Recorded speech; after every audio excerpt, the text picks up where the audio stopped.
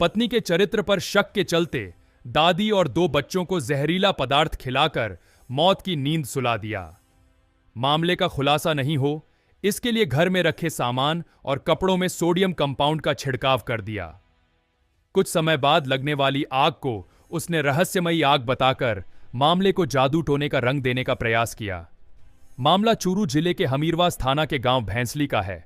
Police ने मंगलवार को मामले का खुलासा करते हुए आरोपी फार्मासिस्ट को गिरफ्तार कर लिया। एसपी जय यादव ने बताया कि शातिर भूप सिंह ने सबसे पहले अपनी दादी किस्तूरी देवी को रास्ते से हटाया। उसने दादी की खांसी की दवाई में 31 जनवरी को जहर मिला दिया, जिससे किस्तूरी देवी के खांसी की दवाई लेने के बाद उल्टी हुई। इसके साथ ही उसकी मौत हो गई। उसने मां का अंतिम संस्कार कर दिया।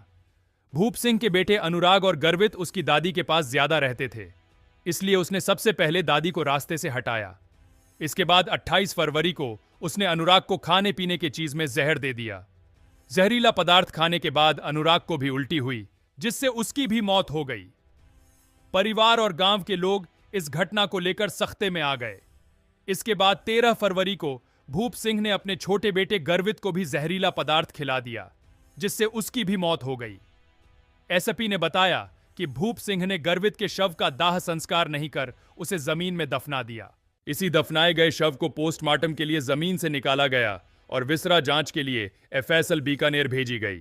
जांच में जहर की पुष्टि हुई और हत्या का मामला दर्ज कर भूप से पूछताछ की गई, तो परत दर परत मामले के राज खुलते चले गए।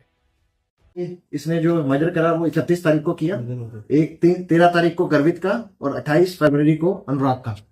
इन तीनों का मर्डर जो है जहर देके इसने, जो भूप सिंह जो है इन दोनों बच्चों का पिताजी है, इसने ही इन तीनों को मारा था।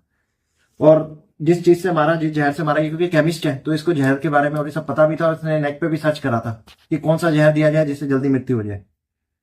तो इन तीनों का मर्डर इसने करा और ये चीज इसने एक्सेप्ट भी कर ली और ये बता भी दिया कि मैंने ये मर्डर करा है, वो मैंने कौन सा पॉइजन देके करा।